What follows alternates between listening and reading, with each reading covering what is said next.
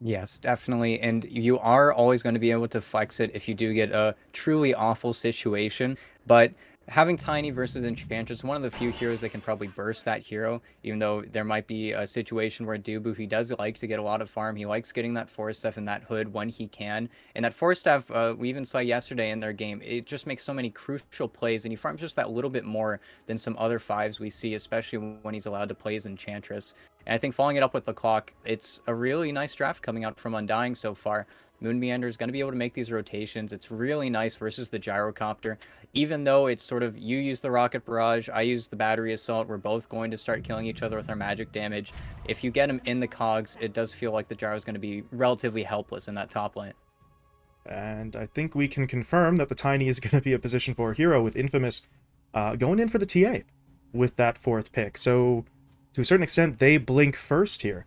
We were waiting on the Undying side to see how long were they willing to wait before they go for Brow's heroes, or hero rather, excuse me, he's not going to be playing 2. But they now know the matchup. The TA should go mid unless they're looking for maybe slightly unconventional position 1 TA, but technically speaking, that's a possibility, but it seems far more likely they run it in the middle lane, and now, well, do Undying pull the trigger? Do they find Bryle's hero for this matchup? Oh, Yeah. yeah, they do. Okay. And That's going to it's be a a problem. really good response. And it's something you need to be a little bit careful about if you're infamous. And that's why we most likely would have liked to see a safe laner picked in that position where you're not going to get completely hard countered in that mid lane. And that's where we might see this TA have to rotate. I'm assuming we're going to see Undying ban out maybe Queen of Pain now, just in case the possibility of this TA going to that top lane and sort of counter picking the Bat Rider in that respect. But with this sort of greedy TA pick, sure, you're looking and sort of reading into Undying's bans. There's no Viper in the pool. There isn't a Bristleback, so you don't need to really worry about your damage or killing your team. So they want to shoot the TA, but again, it feels like a draft oversight. And yeah, they're just going to take out the counters because they know there's that little bit of flexibility if Infamous really want to switch this TA around. But it feels like they really have to. It feels like they need a new mid laner now. And I don't know, I mentioned when they picked it that they sort of blinked first in terms of that matchup. They well and truly did not need to. I don't know. You were sort of mentioning it. Going for a position 1 hero in that situation feels a little bit better, especially since you know the Luna's already there on the other side. So this feels like a risk that Infamous didn't necessarily need to take unless they are looking for that sort of sneaky play to swap the TA, excuse me, into that position 1 role. But if that were the case, I still don't think you needed to actually take the TA in that situation. But whether it's a mistake or a purposeful plan, Undying respond accordingly. They will follow up the Queen of Pain ban with the removal now of the Invoker as well, while Infamous will go for the Razor ban to close out their final phase. Well, with the Razor and the Venomancer taken out, the two picks that it screams mostly is just Ursa. But aside from that, there could be the possibility of a Troll Warlord now. But again, it feels like they need to swap around the lanes. Typically, we've seen Tiny go mid versus Batrider in these situations where that hero can sort of 50-50 the lane out. The Batrider ever tries to dive. The Tiny does have some options where you can toss him underneath the tower. It's really hard to dive a Tiny, but if he misuses the Avalanche, then again, things get really hairy. And Infamous, they do have ultimate last pick, so they will be able to sort of fix the little holes in their lineup. But again, this TA versus Batrider, it's never going to feel good. And it's a really good Batrider game aside from the TA. It's having the Timber Saw. It's always a hero that you're going to be able to gank once you get that level 6, especially pairing with all of the magic and pure damage on Undying's side. It really fits into their lineup incredibly well. Yeah, that durability for the Timber is to a certain extent still going to be there, but maybe not quite as prominent based on the damage Undying have. And now we see the Dazzle coming into play for them as well. That is Saberlight's hero in the offlane, I would guess. And we don't really see much of the Dazzle, but he is going to be making an appearance here. And well, I think that's going to spell some more trouble for the Infamous side, with the Dazzle sort of throwing even more magic damage into the mix. And they really have covered sort of all of their bases. And yeah, they pick another mid laner, so it is going to be safe lane TA. But at the same time, it feels a little bit strange. It feels like they're sort of forcing their hand. And again, you will have this matchup where now Storm has a little bit more mana to work with. You will have those stick charges, but you have to be so careful. If you ever step out of line, Brile will be there to punish you. And especially having Clockwork, you're going to contest these water runes every single time, tooth and nail, to get out of the Storm Spirit's hand. I don't think KXY is going to have nearly as good a time as he would ideally want.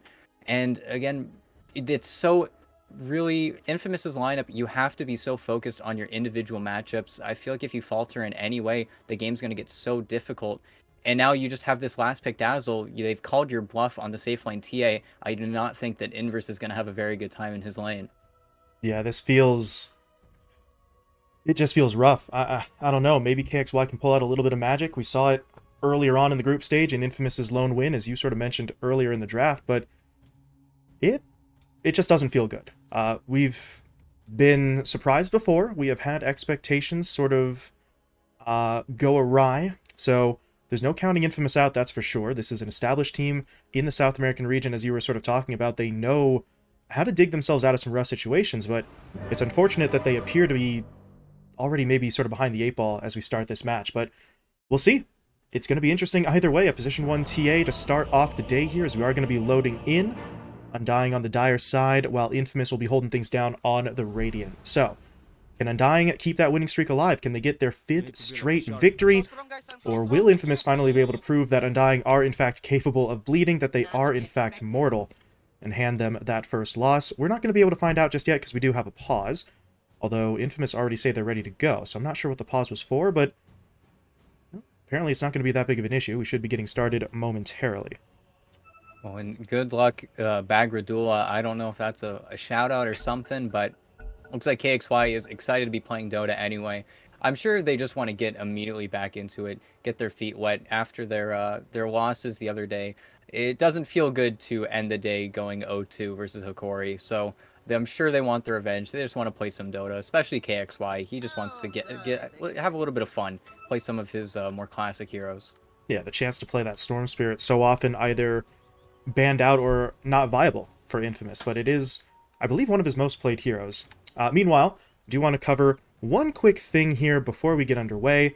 ET, I have no idea how you're supposed to read this TA's name. I'm not even sure that this is any language that I can discern, so for those of you watching at home, we are not going to try. This TA will be referred to as TA pretty much the whole game through. I don't know what those characters are, but now just gonna roll with it. I do want to say just call him Inverse, but I mouse over him and do you see the ET? Because I feel like I see the ET. But yeah, we'll call him TA. We'll call him TA. Even though that would be interesting for sure. But Yeah, other than that's that, it looks like it's going to be pretty boring at the runes, unless Moonmeander wants to really spark a fight. I don't think they want to use any of their regen. You see so many sticks built up all across the map just because of how many spells are really going to get spammed on each other this time around. another pause coming in, but this one is also short. So I think maybe just a little bit of stuttering. First game of the day, first time everybody's sort of starting up Dota for the day, unless Undying we're probably scrimming beforehand, and Infamous likely were as well. Either way, though, a couple of short pauses, but we are back into it. Bounty Rune spawning up, and Mariano, this is not a great situation he's in. He's surrounded by heroes. Timberchain is canceled by the Lucent Beam, and he's just straight up dead. First blood to Undying. That is a remarkably simple play. They just come in from really 3 or 4 different directions, and the Timber wasn't ready to get himself out. That chain was the sort of fallback plan, but it doesn't work. And it felt like he sort of gave up on his life at that point, and that's sort of the power of the Luna. You have that nighttime vision, you have that advantage, you really see everything, and we saw neither team placing a ward towards that top side, so it really is crazy, stupid, simple, and this will just accelerate Brow's bottle even further. Oh, hold up. There's double obs wards here near the top lane. That's a lot of sort of emphasis from Undying. They've got one here on the high ground, the other one actually sitting in the lane itself, so they really are trying to make sure that Tomato doesn't get taken by surprise in the slightest, even if it means reduced vision across the rest of the map through the first couple of minutes here. That is an interesting opening. Well, and it's something I believe, and Dubu, he tried to block it out so that way his large camp would spawn, but it's really the emphasis that they're putting on defending Dubu's camps. They want him to be able to get the spawn. They don't want Infamous heroes to be able to block these camps up, make this Enchantress feel a little bit weak or having to wait 1 or 2 minutes before you're able to get that enchant out. But Now, it feels a little bit bad if you're Michael. Dubu's just going to sit here and really berate you and try to get as many denies as possible while Tomato just takes the creep wave behind the tower. And Michael at this point has no regen, or at least no health regen. The clarities are sitting there, but that's not going to do you much good if Dubu comes bearing down on you, looking for the enchant. One or two more hits may get it, but at that point, Dubu's under the tower, and Mariano is going to hit him up. This might actually turn. Dubu, got to be careful. Fairy Fire will be popped. Mariano has the Timber Chain up in about 1 second, but he has no tree to actually jump to that would give him the angle. So Dubu cutting it a little bit close there, but he will be able to get himself out, and Michael is forced back to base. And yeah, middle lane, didn't quite catch it. My bad. KXY, though, taken down by Bryle. He just goes in. Simple play. Level 3, 2 points up in the Napalm, pops that Firefly, and the Storm can't defend himself at that point. And now bottom. The bottom as well. What is going down here? That is going to be that TA taken down. Saberlight and Moonmeander striking hard, striking fast, and Undying 3 kills on the board in the first 2 minutes, all across the map as well. Not really singularly focused on one area of the map. They're just starting to win some lanes. I am missing all sorts of kills here. Dubu taken down at the top lane. Ooh, first game of the day. The camera work will improve, I promise you. But Mariano's going to be able to get one back for his squad there. Nice play from him and Michael. And this is sort of the strength. In addition to that really good ward coverage top, they were able to at least kill some of the observers there. It's really just scouting out the Tiny's rotations so that way Brown can really play with full confidence knowing exactly where he is. And you see, I think he's got another kill on KXY. He's going to try and fight his way out of it this time, but that's so many stacks of Napalm. Bryle should die to the tower. Yeah. But he does go down, but he got the kill first. That's KXY dead for the second time in this lane. At least this time he gets a little bit back. That killing spree from Bryle will be sort of ripped out of his hands, but this is almost just sort of casual. He stacks up the Napalm. KXY not willing to abandon the lane to sort of wait out those stacks, so that's just going to be a free pass for the Batrider over and over again. And not having TP either, he's going to do the walk of shame. And meanwhile, Brow, it's just every single tick up. Every single time he gets a new skill point, it feels like he presses his advantage immediately. And he knew what was going to happen there. He knew that KXY was going to pull him underneath tower. And maybe under a slightly different circumstance, Brow gets away with that scotch-free because right now, Infamous are sort of stuck. And while Michael is making a rotation mid, if this works out, this is going to be huge for KXY. His game is really getting sacrificed at this point. And Bryle, he's going to go in again. Flame Break will be there. KXY taking a fair bit of damage, but now Michael makes his move. In with the Avalanche. The toss, though, there's too many creeps. He's not going to be able to secure the hit onto Bryle, and now KXY, well, he might want to back off just a little bit, although Bryle may want to do the same. He is dangerously low on HP, but he does still have some bottle charges, and he's grabbing the Water Rune as well. So overall, that play really not going to be punished too heavily. He doesn't get the kill, but they are not going to lose anyone, although Dubu, I mean, he's pushing in here. He's got that tomato. He's looking for the damage. Can he actually get anything, though? Not really. But he's forcing KXY back again. This Storm Seer just can't stay in the lane.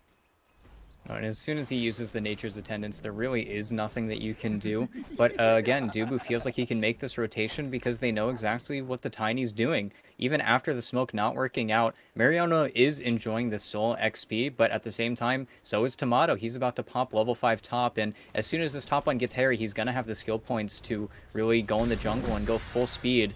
They're making an attempt onto him, but I don't think they've got him at all. Yeah, giving it a go, but Michael has to be there for the further lockdown. If they don't get that Avalanche Toss combo, they can't get it. The toss, though, will come through, and, well, maybe they can get it after all. Tomato running into the tree line. Mariano just Timber Chains onto it, and I was entirely mistaken. No Avalanche needed. The toss gets Mariano in there, and Tomato, unfortunately, did not have the backup and wasn't quite fast enough to outrun that play. And that's sort of the issue with Enchantress, where you are at least slightly immobile, similar to Chen, where if your rotations get called out, you can't TP to a lane and immediately have a creep. You don't have that presence that another hero might. And it's a nice little play that's really going to punish Tomato. I do think he's just going to TP back up here. Mariano is going to be level 6 soon, so we'll see how much more pressure he can put on this Luna. But again, he needs a new hero. He's getting hit up again. Oh, he's gone. The slow comes out from the enchant. There's going to be Bryle moving in with the Flame Break and the DOT. Is it enough for the kill? I believe it is. KXY has no creeps here to deny himself to, and Bryle just runs him down. Getting the kill there with the Firefly, and this is so harsh for this Storm. That's his, what, third? Yeah, third death of the game here. We're 6 minutes in. Well, and we see sort of the level disparity showing itself there. If he shows his face in any lane right now, it really doesn't matter. He needs to find his level 6 hitting neutral creeps, and his team is just fighting. I think Moon might go down Moon, here. this is not the greatest of plans. He's going to need to back himself away. He's just fine. Mid. Oh, God. Look. He's fine, but The storm. KXY isn't. They get the lasso down. There's not quite enough follow-up there, though, so KXY will be safe. Bryle, it's a nice play, but there weren't enough sort of stacks. Actually, I don't think there were any stacks of napalm onto that storm, so they don't quite have that extra sort of burn to work with, but I suppose to a certain extent it was worth a shot, but that's now lassoed down for a bit, and maybe KXY can breathe a little bit easier now. Definitely, for sure. While the regen rune is going to keep the Bat Rider out onto the map, and they are going to scout him out coming towards Mariano, this is KXY's sort of head above water. He's able to get a little bit of air as he will be able to finish his 6. And then you are going to have this last pick Storm Spirit. There isn't the greatest amount of lockdown on the Undying side, but I feel like they are just going to itemize to just tank up, tank up, tank up, and we talk a lot with Storm Spirit how it's a finite mana pool. You need to get your kills and you need to get out, and if Undying can tank through it, their lineup's really adept at that. With the Nature's Attendants, with the Shadow Waves, that's when KXY really needs to pick and choose his fights, because if he starts over-rotating, then he's going to fall way too far behind.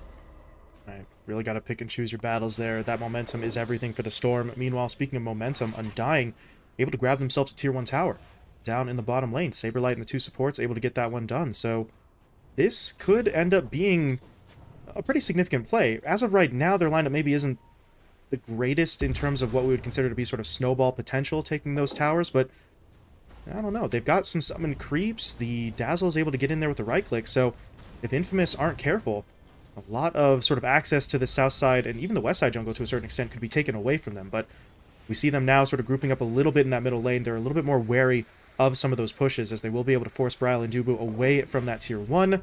Homing Missile connects, but by that point it's so far away it doesn't matter. But they're at least able to hold on to the tower. That is going to be maybe not the highest priority, but it's pretty far up there at the moment. Well, and you defend your tower and you secure KXY a rune, and this is when, if your Storm Spirit falls behind just a little bit, you need to get him these runes so he can Moon make dropping low, Saberlight. He's trying to hold as long as he can with Shallow Grave, but he will eventually throw it out. Moon Meander needed the save, and now they're going to turn. Mariano looking to TP out, and there's really nothing they can do. Moon didn't have any spells and didn't have any health, for that matter, so really a bit of a stalemate there. Nobody goes down. Tower's still okay. Saberlight does have to use the Grave, though. That's maybe on a slight cooldown, but already at this point, about 8 seconds left. So all is well on that front. They managed to save the clockwork. Well, and the only unfortunate thing is that is your Arcane Rune, that is your usage, and it makes it feel like KXY, you would have just rathered using your money elsewhere, but this is a good kill on Bryle if he can get it. Yep, they're looking to push mid. Bryle dangerously low, not able to get away. KXY finally getting himself a little bit of revenge there. His second kill of the game, and it comes really at the best possible time for him. And at this point, we were talking about the fact that KXY was getting set back a little bit, but the recovery has been pretty impressive for him. He's still a couple hundred gold behind the bat, but you look at that net worth right now, he's sitting in 3rd place. So it's not all doom and gloom for him just yet. As Moon getting himself into the middle lane, he's going to run into Mariano. This is not a fight that Moon Meander wins, but he doesn't really have a choice. He is stuck in the middle of it, and he will be taken down. The Timbersaw able to find the kill.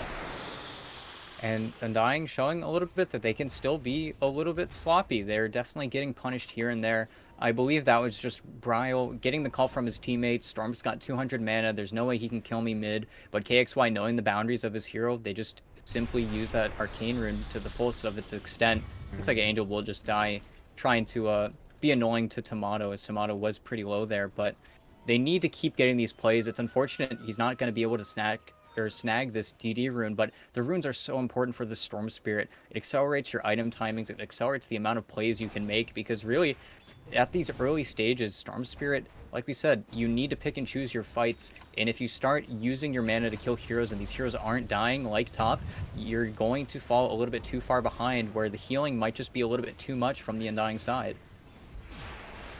Yeah, can't afford too many sort of empty trips at this point, but again, we see that emphasis once more on that sort of mid-tower. They just refuse to let that go down, so they will be defending that as best as they can. Meanwhile, Bryle going in onto Mariano up top, but yeah, he didn't realize KXY was coming in until it's far too late, doesn't commit the lasso, and by the time he maybe had an opening to try, he's already getting nuked down. Mariano finds the kill, KXY in there for the assist, and as you said before, it's looking maybe a little bit, oh boy, a little bit sloppy for Undying, as Moon Meander's going to get caught out in the north side jungle as well. That chakram flies through from Mariano, and this Timber, he's starting to get pretty big here. He is 5-1. He's moved his way into 3rd place overall in the net worth, so you can't just ignore him right now. Undying are sort of, to a certain extent, not showing the proper respect. They're trying to go for maybe casual kills onto him with that bat, but as of right now, he's tanky, he does damage, he's got the hood there to sort of protect against a lot of what the Bat Rider tries to do to him initially, and you're not going to be able to get that solo any longer, if you ever were before. Well, and while these are just, the second, third death for these heroes on the Undying side, this is the second time where KXY is very simply able to just TP to a tower with full mana, use half of his mana to get on top of a hero, and they don't see it coming. Michael And wants it. we got There's the toss on toss. Saberlight. Saberlight, he didn't get a Yeah. grave. Ooh, I'm not sure the grave would have saved him anyway, but he doesn't even get the chance to try. Taken down, A gets the kill, and here comes Infamous, pushing their way forward. Nearly a 2k net worth lead off the back of some of these kills. They have absolutely shifted the early momentum in this game. The entire dynamic has seemed to sort of turn around. Undying were, to a certain extent, almost dominating the early stages, but now they're going to try and get some of it back. Moon Meander hooking his way forward. Bryle needs to get in there for the lasso as well. He needs to pick a target, though, and he does have one. They're going to hit up the Storm Spirit. Eclipse comes through as well. And KXY will be taken down. Moon does sacrifice himself on the other side of the river, but that is a fantastic trade for the side of Undying. Core for support going to go their way.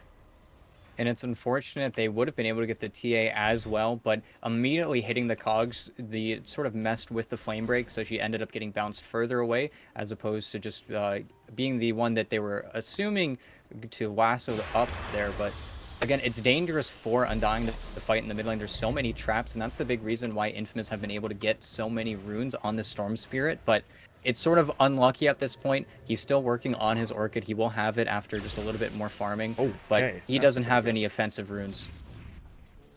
Tried for it on Tomato for just a moment, but the Luna really didn't need to be afraid. There was a Sentry Ward there anyway, so the Invis play was not going to be overly successful, but at that point, KXY was sort of zipping out of the fountain. He still had that sort of lingering effect, so most of his mana really just comes right back to him. So he's going to be just fine, and at this point, that Orchid is just about done. So this is going to be a rather significant power spike for the Storm if he can survive the aggression from Dubu. Yeah, that's not a problem. He zips himself away. That is going to burn a little bit of mana, but at least he's okay for now. But Moon Meander zipping his way, or not zipping, hooking his way in onto the Gyrocopter. A, going to get himself into some trouble. Can actually bring him down, though. He's falling back to the tower, and I think he's going to be fine. KXY, though, he's going to move in, looking for the, oh my god, looking for that damage. Saberlight already taken down. Moon Meander dead as well, as the TA gets both of those kills, and now they want even more. They've caught out Dubu. Yeah, and I think they've got him as well. Yep. Triple kill for the TA, and hey, guess what? That tier 1 tower, it's still alive. They refuse to let this tower go down. They commit quite a bit for that, but the defense is perfect, pretty much flawless. 3 kills go their way. They lose nothing, not even that Gyro who was getting sort of hit up at the start of the fight. So Undying just kind of botched that one. They go from looking for kills and or a tower push into losing 3 heroes in their own tier 1, as Infamous are really looking good right now. And it feels a little bit strange because they keep on playing into this TA's traps. Very commonly now we see TAs put maybe 1-2 traps on their own high ground. Yeah, they got another freebie. Just walks up onto the high ground, didn't have the vision up there. KXY was just waiting, sort of licking his lips, hoping that Saberlight would walk up there, and there's nothing he can do at that point. He's hit up by the silence immediately. Michael comes in with the Avatos combo, and just sitting here. Dubu. Okay. Going for it again, but this time there is backup there. Tomato and Moon Meander are in for that one, and Michael will be taken down. So this time, they're not going to fall into that trap. Now, KXY, you need to leave. Zipping his way out, popping the haste rune as well for that extra move speed, as he will be able to outrun the bat. So, Undying fall into the trap once. The second time around, they try to actually turn their opponent's trap into a trap of their own. It doesn't quite work out the way they want. They don't get KXY, but at least they get Michael. So that's going to count for a little bit of gold into their hands. Yeah, they immediately placed up that ward from Dubu, so they knew exactly what was going to happen the second time around, and the punishment was definitely there. They're very lucky that KXY was not in range of that lasso. If he got caught up a little bit in that battery assault, it would have looked a little bit hairier, but instead, this is a nice ward. I think it just scouted out the smoke. Yeah, they're pinging it out. Yeah, it did. They saw it. Maybe not all of it, but they saw at least one hero smoking up, so they can assume that the rest of them are along for the ride. Right to Roche. If you're Undying, do you suspect that there's a smoke into Roche? They see the smoke, yes, but not entirely sure that they know what direction it's headed in. So this honestly could still be a free Roche for Infamous, and the smoke play could still have its effect, but there's going to be the scan, Rocket Flare coming in as well. They know it's going down. The problem is it's already too late. Roshan will be taken, KXY gets the Aegis, and Infamous, they snuck that one in. Very nicely done. And it's sort of unfortunate. It almost played against them there, where this ward was able to scout out that really early smoke rotation, so they vacate the top side of the jungle because they don't want to get caught by the smoke, but just a little bit slow on the rocket flare to the pit. There wasn't a scan available, so they couldn't know immediately. And again, they do it so fast with that Desolator on the TA. And TA, top of the net worth, she's having a fantastic game. She's really been able to sort of ignore every single player on the Undying side and really has been feeding off of Moon Meander specifically. As soon as that clock really goes in, she has the attack range now with this new Psyblade Dragonlance build to sort of kill the Clockwork outright. He doesn't have enough armor to survive versus her. Yeah, very much picking and choosing the battles there for the TA, which is what we said KXY needed to do, but it's a strategy that sort of works across the board. So efficiency has been there for really everyone. The TA 3-1, that Timbersaw still 6-1. So really everyone other than KXY has been, again, playing fairly efficiently. And to this extent, the Storm, yeah, 3-4, but he's still catching up. Net worth-wise, he's sitting maybe middle of the pack right now, but that's going to be good enough.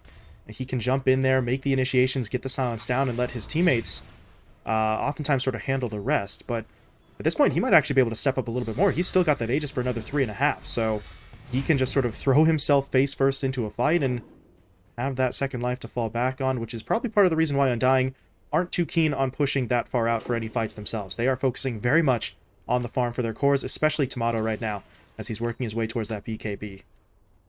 And that's the timing that Undying really need to hit and hit hard is the double BKB on the Batrider and the Luna, whereas everybody else on their team, their items don't really matter that much. We see Dubu going for the force staff that he loves so much. We see a hood maybe being built up on that Clockwork. Oh, Dubu gets caught just at the last second. The TA gets the vision. Michael's in there with the blink, and that is going to get the TA another kill. Unfortunate for Dubu. He was so close to getting himself away from that one, but just going to get caught out at the last second, and now the KXY's going. That's a quick zip into the east side jungle. They're going to look for Moon Meander, but Tomato is here as well. That BKB, though, isn't ready yet, so he's got to be careful. Saberlight coming in, dropping down that...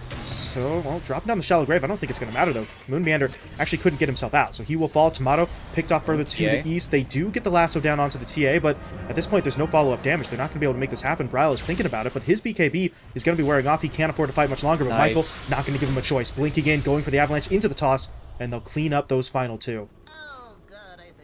And what a perfectly choreographed fight, and they hit all of their timings, more or less. They knew about the Blink Dagger on the Tiny. They might have not known about that Lotus Orb on Mariano, and while he wasn't able to reflect that lasso on the TA, you immediately purge off 5 stacks, and the damage from the Batrider isn't there. You don't have an Eclipse to fall back on. Tomato got kited incredibly far away from that fight, and while you do use the Aegis, you're continuing to sort of get away with murder on the Infamous side. And now that you're working towards this sort of second item timing, Undying really need to take a step back and finish their items. They can't afford to make another loss like that. Otherwise, the towers are just going to be next on the chopping block. Yeah, mentioned Tomato working his way towards the BKB.